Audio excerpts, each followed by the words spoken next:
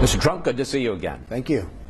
It's become almost a cliche in this political cycle that people are fed up with politicians. But back when you announced in June, most of the so-called experts, including me, thought you had no chance and that people would end up voting for somebody with political experience. How did you know that discontent, frustration with the system would be the prevailing mood in 2015? I felt it. I mean, I felt it from within. We have tremendous discontent in the country. We have tremendous problems in the country. And I felt it early on, or I wouldn't have done this. But I see tremendous discontent. Before we dig down into some issues, I want to see how much of a disruptor you would be. And let's do a lightning round. Quick questions, okay. Quick answers. Would you be willing to use the debt limit and risk the possibility of the country going into default to get more spending cuts? Okay. I would use the debt limit. I don't want to say, I want to be unpredictable because, you know, we need unpredictability. Everything is so predictable with our country. But I would be very, very strong on the debt limit. And I would be asking for a very big pound of flesh if I were the Republicans. And the problem with the Republicans, they have two sides. The smaller side is very strong, and the other side is always agreeing. And, you know, you can't do that. Would you be willing to shut down the government in order to defund Planned Parenthood or to push some other key policy goal? I do not want to say that because I want to show unpredictability. You have to. You can't just go around and say that. But Planned Parenthood should absolutely be defunded. I mean, if you look at what's going on with that, it's terrible. And many other things should be defunded, and many things should be cut. You said in August that you're, quote, fine with affirmative action. What about conservatives who say the time for that kind of preferential treatment has come and gone? I'm fine with it. We have it. It's there. But it's coming to a time when maybe we don't need it. That would be a wonderful thing. I don't think we need it so much anymore. You know, it has served its place. It has served its time. Some people have loved it, and some people don't like it at all. But I think there'll be a time when you don't need it. You are one of the few candidates who has come out with a detailed tax plan. Let's drill down into that. You would cut the 7 tax brackets to 4. Correct. 0, 10%, 20%, 25%. You'd cut the corporate tax rate from 35% to 15%. You would limit deductions for higher income earners, and you would eliminate carried interest, preferential tax treatment for hedge funders. What's the thinking? Well, the thinking is we have the highest tax rate in the world. In the entire world, we have the highest tax rate. There's gridlock in Washington because there's no leadership.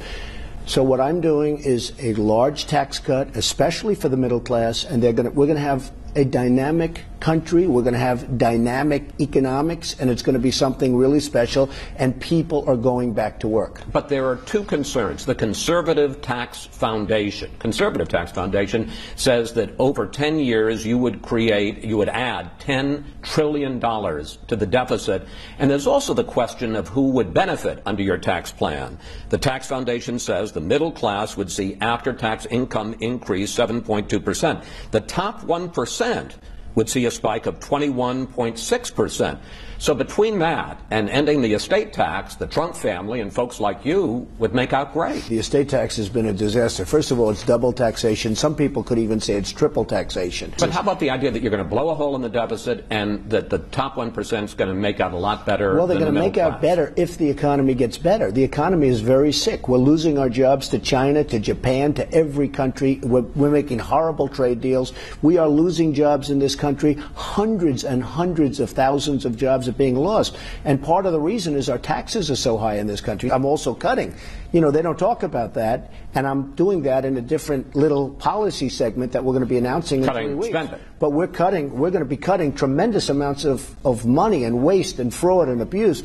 You know, they had a case. Would you cut departments? No, I'm not cutting services, but I'm cutting spending. But I may cut Department of Education. I believe Common Core is a very bad thing. I believe that we should be, educating our children from Iowa, from New Hampshire, from South Carolina, from California, from New York. I think that it should be local education. If you look at a Jeb Bush and some of these others, they want them to be educated by Washington, D.C. bureaucrats. So Department of Education is one. Environmental protection, what they do is a disgrace. Every week they come out with new regulations. They make it impossible. Who's going to protect the environment? We'll be fine with the environment. We can leave a little bit, but you can't destroy businesses. You brought up trade. you would end NAFTA, you would kill the Pacific Trade Agreement, you would impose tariffs on some products like 35% on Ford cars made in Mexico. The Wall Street Journal says that you are running as, quote, the most anti-trade candidate since Herbert Hoover. Okay, so here's the story. First of all, the Wall Street Journal was bought for $5 billion. It's now worth $500 million, okay? They don't have to tell me what to do. The Wall Street Journal has been wrong so many different times about so many different things. I am all for free trade, but it's got to be fair. When Ford moves their massive plant to Mexico, we get nothing. We lose all of these jobs. What do we get out of it? I don't want them to move their plants. But I want to pick up on that because... No, the point is, I don't want them to move their plants. I want them to stay in Michigan. I want them to stay in all of the places where they are or expand into other places. But I want it to be in the United States. I don't want them to go to Mexico. I don't want them to go to China. This brings up the point. The conservative American Enterprise Institute says, look, Donald Trump, he owns a dozen hotels, properties all over the world. Your Trump collection clothing line, some of it is made in Mexico and China. That's true. I want it to be made here. I know, but the point they say is you're doing just what Ford is. You're taking advantage of a global trading market. I never dispute that. I put it in my speeches. I say the ties are made in China and different things. I don't want that. I mean, I just ordered 4,000 television sets. You know where they come from? South Korea. And yet we defend South Korea for practically nothing. We have 28,000 soldiers. They're making a fortune. I don't want to order them from South Korea. I don't think anybody makes television sets in the United States anymore. I don't want to order from South Korea. I want to order from here. I talk about it all the time. We don't make anything anymore. Now you look at Boeing. Boeing's going over to China. They're going to build a massive plant because China's demanding it in order to order airplanes from Boeing. So Boeing now is going to China building a massive plant. I don't want that. I don't want that. You say that eminent domain is wonderful. And you talk... I don't say wonderful. I say eminent domain is something you need, Chris. Eminent domain, if I build a highway... Chris, and I know exactly what you're saying, but if I build a highway, and if something's in the way of the highway, you're going to have to do something with that. I understand that, and that's the idea of using, taking private property for a public use.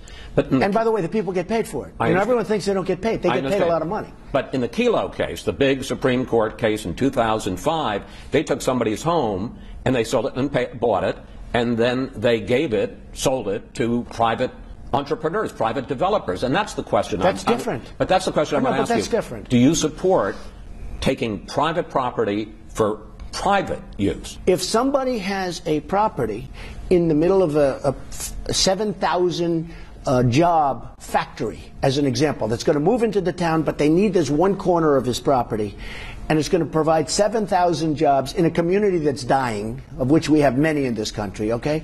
I am for that. That's a big economic development. But remember this, all of these people that we're talking about, they're friends of mine. They all love the Keystone Pipeline, right? The Keystone Pipeline is all eminent domain. They're building that pipeline without eminent domain. You wouldn't be able to build. But let me ask you, because you were involved in a case like this, as you know, in the 90s. That was an economic development. In Atlantic City. Sure. You had your hotel, right, and you wanted to build a parking lot, right, and some woman had her house. She saved me a fortune. I guess the question is, why do you need to take her house for a parking lot? I'll tell you why. Because I have a hotel, and in order to expand the hotel and add 2,000 rooms, I would have had to take her thing. Now, the 2,000 rooms would have provided about 2,500 jobs. Ultimately, I offered a lot of money. She didn't take it. I didn't build the job. I didn't do it. Saved me a lot of money because Atlantic City, I had the good sense to leave 7 years ago. I got very lucky. Yeah, I think that would have been a good eminent domain because you would have provided thousands of jobs. And this is a woman that couldn't have cared less about her house. All she wanted was money. Something you said on Friday has stirred up some controversy about George W. Bush and the Twin Towers. Jeb Bush responded to your comments with a tweet. He said, how pathetic. Question, do you blame George W. Bush for 9/11? Look, Jeb said we were safe with my brother. We were safe. Well, the World Trade Center just fell down. Now, am I trying to blame him? I'm not blaming anybody. But the World Trade Center came down. So when he said we were safe, that's not safe. We lost 3,000 people. It was one of the greatest, probably the greatest catastrophe ever in this country, if you think about it, right? What would you have done? Well, I would have been much different, I must tell you. Somebody said, well, it wouldn't have been any different. Well, it would have been. I am extremely, extremely tough on illegal immigration. I'm extremely tough on people coming into this country. I believe that if I were running things, I doubt those families would have, I doubt that those people would have been in the country. So there's a good chance that those people would not have been in our country. With that being said, I'm not blaming George Bush, but I don't want Jeb Bush to say, my brother kept us safe, because September 11th was one of the worst days in the history of this country. There's much more to come of our interview with Doug. Let's look at the polls. According to the latest Real Clear Politics average, you are leading everywhere. You're leading nationally. You're leading in all the early states. Nationally, you're at 23.8%, leading, down 7 points in the last month. In Iowa, 22.3%, down 6 points. New Hampshire, 26.3%, down 6 points. Let me make it clear, because I know this is important to you. You are still leading. Why do you think your numbers have gone down? I don't think they've gone down. I think they've gone up. We just had a Reuters poll come out. I'm at 33. We just had, as you know, Nevada come out. I'm 20 points ahead of second place. We had one come out in South Carolina where I'm 18 or 20 points ahead. The polls have been now better than they've ever been. And what you're doing is a little bit obsolete information. But that's okay. Look, I'm leading in everything. Late this week, you forced, I think it's fair to say, you and Ben Carson forced CNBC to change the ground rules for their debate. And Carly Fiorina went after you and Carson. She said, first of all, what are they scared about standing up for 3 hours? And then she said this. They also apparently asked for prepared statements. You know, prepared statements are what politicians do. So honestly, here are two outsiders, supposedly, Donald Trump and Ben Carson. They sound a lot like politicians tonight to me. Look, first of all, she's going nowhere. You talk about dropping in the polls. She's dropped like a rock. I could stand there for 12 hours. I could stand there for 20 hours. But the people can't take it. Who wants to watch a debate for 3 hours? I couldn't watch Hillary for an hour and a half. And when I heard it was a 3-hour debate that was only done to make more money for the company, for the network, I said I'm not going to participate, because I thought the CNN debate was ridiculous. It was too long, and people were turning off. Who's going to watch a debate that long? You know, it used to be 1 hour when it started. It used to also get no ratings, and both CNN and Fox broke the all-time record on cable television. So I wonder why. Do you have any idea why? I think maybe it was because of the moderators. I think so. I do. I think so. Which brings me to the question of temperament, which I think you would agree is important. I think it's very important. In a president. Right. First of all, what's the deal with the tweets? Why are you sitting there at night watching TV and tweeting out? Well, I think it's fine. It's a great way of getting my word out. I love Twitter and tweeting, and I have, between that and Facebook, I have like 10 million followers. It's a great way. You know, now if you do something bad to me, I can tweet about Chris, and the world will be seeing it. And you have. No, and you know what? Truthfully, it's an amazing way of getting the word out. But does Mrs. Trump ever say, Donald, turn off the TV, come to bed? Oh, I don't do that much, and usually it's not too late. No, I just think it's an amazing way. You know, we're in a modern age now. We have to get with it.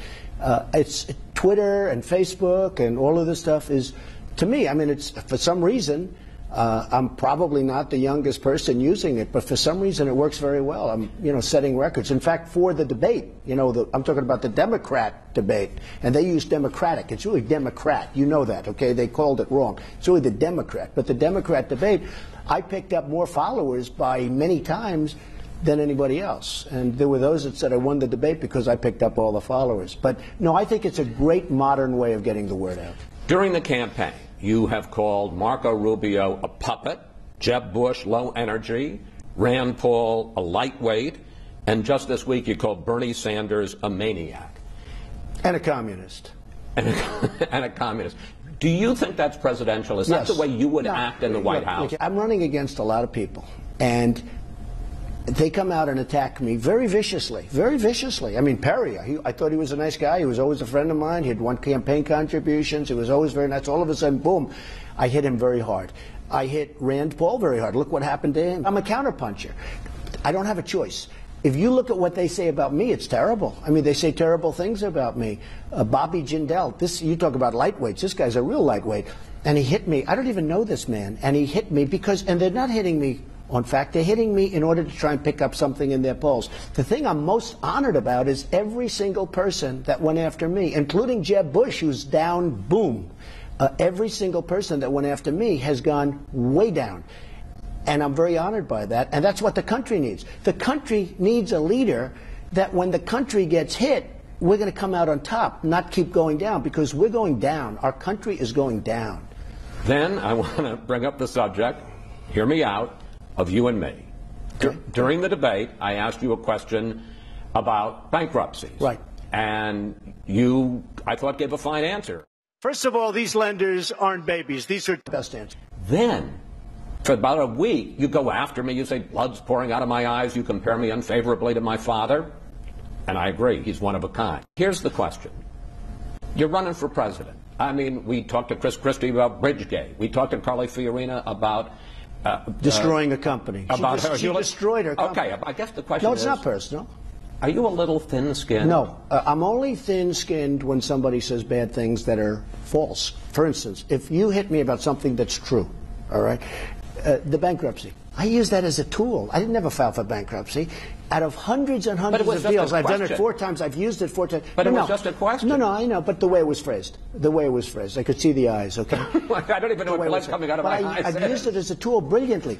And it was phrased incorrectly, in my opinion, the question. And you wouldn't have asked these people about bankruptcy, but you asked me about it. And I've used it brilliantly. I asked Carly Fiorina about Hewlett-Packard. Well, that's easy. She destroyed the company. Okay, that one's an easy one. So I'm not thin-skinned when something's truthful. If I did something wrong, and you said I did something, I can handle that, and if the press is bad, it's when people hit me when I didn't do anything wrong. You know, it's like, then it's not a question of thin skin. I will fight back. You say my father covered you in a much fairer manner. So I decided to go back and look at your first profile on 60 Minutes. He talked a lot about your successes, but he also talked about the fact you were in a controversy then. The allegation was that you were trying to throw middle-class people out of a rent-controlled building so you could create condos for rich people. Here's a clip.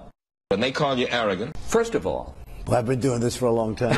First of all, whatever happened to that nice, soft-spoken young man? I know. Was that a fair question for him to ask you? I thought it was fair because it was very controversial at the time, and I thought it was fair. Not to press my luck, but true or false, you at one point considered and tried to put homeless people in some of those apartments to force the tenants to move out. No, I talked about doing it, and I talked about doing it as a charity. That's right. We have a thing called... charity? I was thinking about doing that, and, I would have done that, and it would have been nice, and it would have been charitable. But you have wealthy people living and paying like $200 rent on Fifth Avenue or Central Park South. I think it's unfair, and it's been proven to be unfair. Finally, Hillary Clinton testifies before the House Benghazi Committee this week. What is it you would like to find out about both her role in Benghazi and about her emails? I think things will be revealed. Personally, I think that Hillary was one of the worst, if not the worst. I mean, if you look at the record, Secretary of States ever in this country. I think that's the bigger problem that she's got. I don't think Benghazi's as big a problem for her as her past and what's happened. The world blew up around her. You look at the world, it just blew up around her. Everything went bad, whether it's Libya, whether it's her tenure in Iraq, and there's been plenty of bad tenures having to do with Iraq because of the length. Things that happened during her tenure were a disaster. I think she's probably going to go down as the worst Secretary of State in the history of this country. And I think that will be what I will tell you. That will be what I will be campaigning on. Now, what's going to happen with Benghazi will be very interesting. I look forward to it. If you end up as the Republican nominee and she's the Democratic nominee, how would you take her on? I'd take her on tough. I'd just take her on her record. I'd discuss her record. I think her record is abysmal. And I would take her on her record. Yes.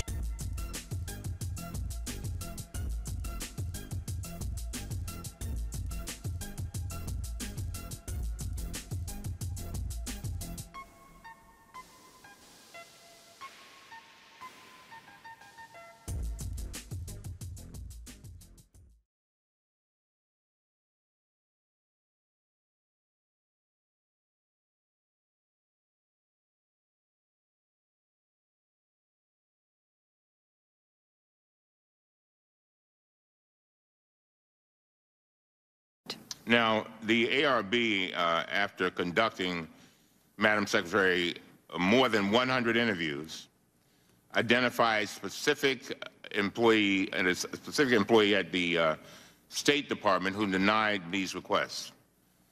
It was Deputy Assistant Secretary of the Bureau of Diplomatic Security, Charlene Lamb, and again, she did come before the Oversight Committee. The ARB report was very critical of her. It was also critical of her two supervisors, Principal Deputy Assistant Secretary and the Assistant Secretary for Diplomatic Security. The Oversight Committee found the same answer as the ARB. It found that this official denied these requests, and it found no evidence that you approved or denied them. The problem is that Republicans just keep asking the same question over and over again and pretend they don't know the answer. In 2013, the Republican chairman of 5 House committees issued a report falsely accusing you personally of denying these requests in a cable over your signature. The next day, the chairman of the Oversight Committee, Darrell Issa, went on national television and accused you of the same thing. Can we play that clip, please?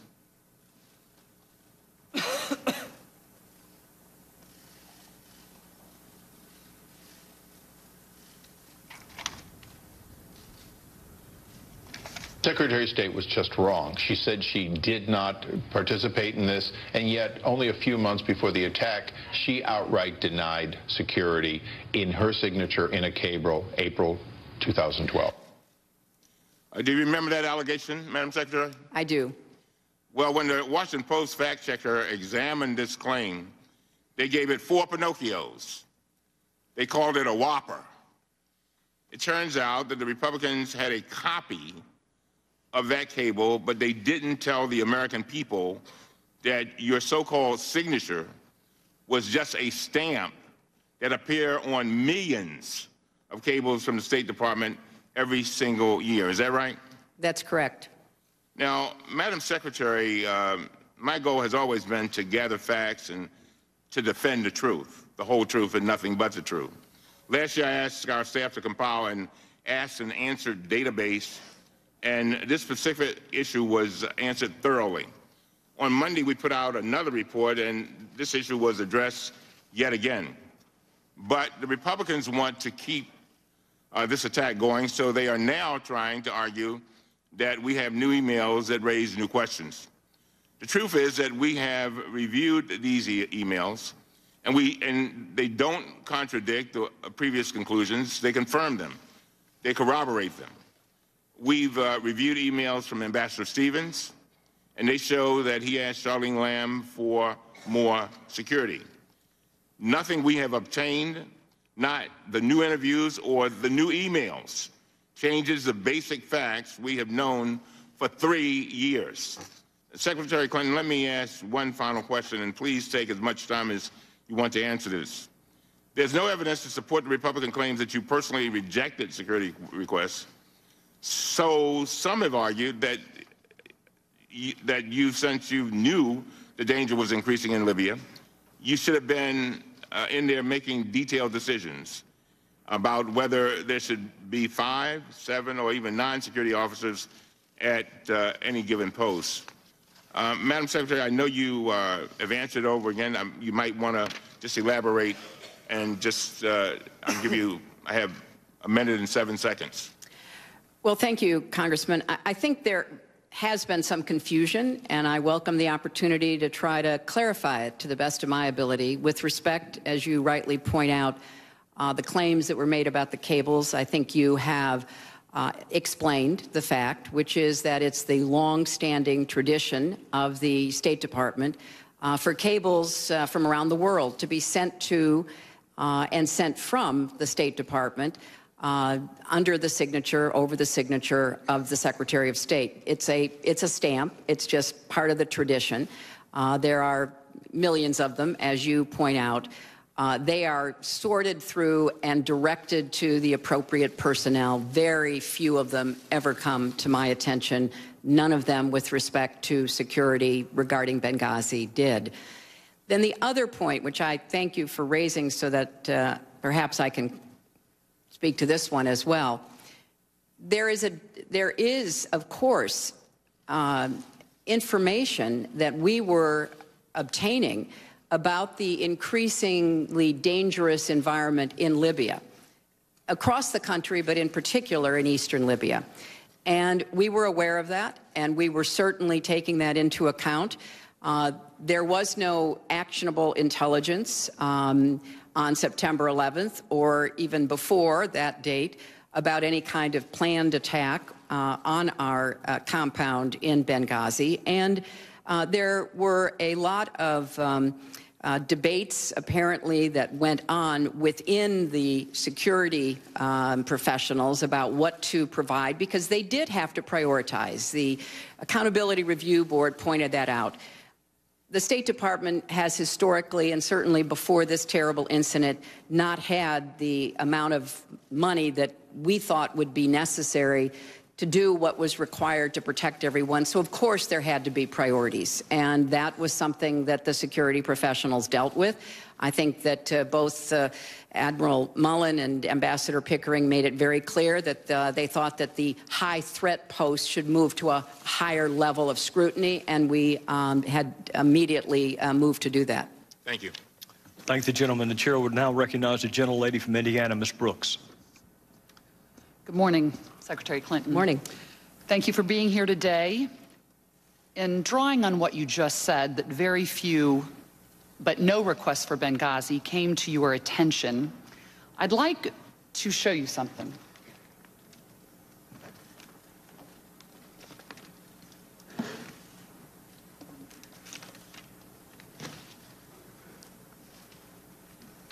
This pile represents the emails that you sent or received about Libya in 2011, from February through December of 2011.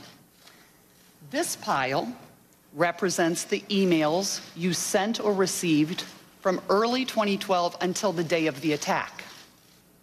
There are 795 emails in this pile. We've counted them.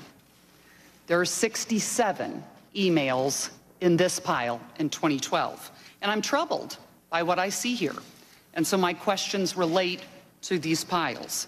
In this pile in 2011, I see daily updates, sometimes hourly updates, from your staff about Benghazi and Chris Stevens. When I look at this pile in 2012, I only see a handful of emails to you from your senior staff about Benghazi, and I have several questions for you about this disparity, because we know from talking to your senior advisors that they knew, and many of them are here today, seated behind you, they knew to send you important information, issues that were of importance to you, and I can only conclude by your own records that there was a lack of interest in Libya in 2012. So let's first focus, though, on this pile and what was happening in Libya in 2011. We had an ambassador to Libya, Ambassador Kretz, but you've told us that, and you told us in your opening, you handpicked Chris Stevens to be your special representative in Benghazi, and you sent him there. And by your own emails, most have provided last February, a few provided just a few weeks ago, they show that in March of 11, so we're in March of 11, you had Chris Stevens join you in Paris, where you were meeting with the leader of the Libyan revolution. And after Paris, that is when, as you talked about, Chris Stevens went into Benghazi, I believe in April 5th of 2011, on that Greek cargo ship. How long was he expected to stay? What were Chris Stevens' orders from you about Libya and about Benghazi specifically? Chris Stevens was asked to go to Benghazi to do reconnaissance, to try to figure out who were the leaders of the insurgency who were based in Benghazi, what their goals were, what they understood would happen if they were successful. It was, as I said, the hard-nosed 21st century diplomacy that is rooted in the old-fashioned necessary work of building relationships and gathering information. How long was he anticipated to stay in Benghazi? Do you recall? It was open-ended. We were, in discussing it with him, unsure as to how productive it would be, whether it would be appropriate for him to stay for a long time or a short time. That was very much going to depend upon Chris's own assessment. We knew we were sending someone who understood the area, who understood the language, who understood a lot of the personalities because of the historical study that he used to love to do, and we were going to be guided by what he decided. I'd like to draw your attention to an email. It's an email found at tab 1. It's an Ops Center email that was forwarded to you from Huma Abedin on Sunday, March 27th, that says at the bottom of the email, so the current game plan is for Mr. Stevens to move no later Wednesday from Malta to Benghazi, but the bottom of the email says the goal of this one-day trip is for him to lay the groundwork for a stay of up to 30 days. So just to refresh that recollection, I believe initially the goal was to go in for 30 days. Were you personally briefed on his security plan prior to him going into Libya? Because yes, at that time, if I'm not mistaken, I'm sorry to interrupt, Gaddafi's forces were still battling the rebels, correct? Right. That's right. And so what were you personally briefed before you sent Mr. Stevens into Benghazi? I was personally told by the officials who were in the State Department, who were immediately above Chris, who were making the plans for him to go in, that it was going to be expeditionary diplomacy. It was going to require him to make a lot of judgments on the ground about what he could accomplish, and including where it would be safe for him to be and how long for him to stay. And I think the initial decision was, you know, up to 30 days and reassess, but it could have been 10 days, it could have been 60 days, depending upon what he found and what he reported back to us. And possibly what was determined about the danger of Benghazi. Who were those officials? Secretary? Well, there were a number of officials who were working... That were advising you on the security specifically. Well, with respect to the security, this was a particular concern of the Assistant Secretary for the Bureau in which Chris worked. And I'm sorry, what was that person's name? Assistant Secretary Jeff Feldman. Thank you. And it was also a concern of the Assistant Secretary for Diplomatic Security, as well as other officials within the State Department. And I think it's fair to say, Congresswoman, this was, we all knew, a risky undertaking. And it was something that was, as I said in my opening statement, more reminiscent of the way diplomacy was practiced back in the 19th century, because we didn't have the internet. We didn't have instantaneous communications. You would send diplomats and envoys into places and not hear from them for maybe months.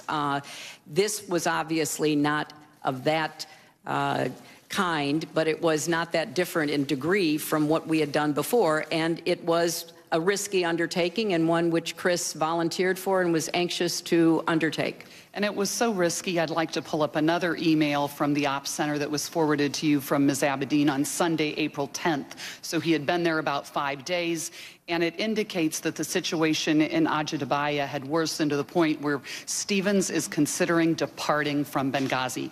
This is within 5 days of him going in. Were you aware of that concern within the first 5 days that he had gone in? Yeah. And did anyone share that with you? And yes, who did share that with you? We were aware because we were really counting on Chris to guide us and give us the information from the ground. We had no other sources. You know, there was no American outpost. There was no, you know, American military presence. Eventually, other Americans representing different agencies were able to get into Benghazi and begin to do the same work, but they, of course, couldn't do that work overtly, which is why we wanted a diplomat who could be publicly meeting with people to try to get the best assessment. But it was always going to be a constant risk, and we knew that. And so let me go back to the risk in 2011, because there was a lot of communication, again, once again, from your senior staff, from the State Department, to you or from you in 2011. And in fact, that is when Gaddafi fell. He fell in 2011. But then, when we go to 2012, Libya, Benghazi, Chris Stevens, the staff there, they seem to fall off your radar in 2012, and the situation's getting much worse in 2012. It was getting much worse. And let me just share for you, in your records that we have reviewed, there is not one email to you or from you in 2012 when an explosive device went off at our compound in April. There's not a single email in your records about that explosive device. So my question is, this was a very important mission in 2011. You sent Chris Stevens there, but yet when our compound is attacked in 2012, what kind of culture was created in the State Department that your folks couldn't tell you in an email about a bomb in April of 2012? Well, Congresswoman, I did not conduct most of the business that I did on behalf of our country on email. I conducted it in meetings. I read massive amounts of memos, great deal of classified information. I made a lot of secure phone calls. I was in and out of the White House all the time. There were a lot of things that happened that I was aware of and that I was reacting to. If you were to be in my office in the State Department, I didn't have a computer. I did not do the vast majority of my work on email, and I bet there's a lot of Sid Blumenthal's emails in there from 2011, too. Well, and so I think that there were, I don't want you to have a mistaken impression about what I did and how I did it. Most of my work was not done on emails with my closest aides, with officials in the State Department, officials in the rest of the government, as well as the White House and people around the world. And thank you for sharing that, because I'm sure that it's not all done on emails, Madam Secretary, and there are meetings and there are discussions. And so then when our compound took a second attack on June 6th, when a bomb blew a wall through the compound then, no emails at all. But I am interested in knowing, who were you meeting with? Who were you huddling with? How were you informed about those things? Because there is nothing in the emails that talks about two significant attacks on our compounds in 2012. There was a lot of information in 2011 about issues and security posture, and yet nothing in 2012. Well, I'd be happy to explain. Every morning when I arrived at the State Department, usually between 8 and 8:30, I had a personal one-on-one briefing from the representative of the Central Intelligence Agency, who shared with me the highest level of classified information that I was to be aware of on a daily basis. I then had a meeting with the top officials of the State Department every day that I was in town. That's where a lot of information, including threats and attacks on our facilities, was shared. I also had a weekly meeting every Monday with all of the officials, the assistant secretaries and others, so that I could be brought up to date on any issue that they were concerned about. During the day, I received hundreds of pages of memos, many of them classified, some of them so top secret that they were brought into my office in a locked briefcase that I had to read and immediately return to the courier. And I was constantly at the White House in the Situation Room, meeting with the National Security Advisor and others. I would also be meeting with officials in the State Department, foreign officials and others. So there was a lot going on during every day. I did not email during the day, and except on rare occasions when I was able to, but I didn't conduct the business that I did primarily on email. That is not how I gathered information, assessed information, asked the hard questions of the people that I worked with. It appears that leaving Benghazi, with respect to all of that danger, leaving Benghazi was not an option in 2012, and I yield back. Well, if I could just quickly respond, there was never a recommendation from any intelligence official in our government, from any official in the State Department, or from any other person with knowledge of our presence in Benghazi to shut down Benghazi, even after the two attacks that the compound suffered. And perhaps, you would wonder why, but I can tell you that it was thought that the mission in Benghazi, in conjunction with the CIA mission, was vital to our national interests. Gentlelady from Indiana yields back. Chair will now briefly recognize Mr. We're going to continue our live coverage in just a moment. Much more right after a quick break. I was asking Secretary Clinton.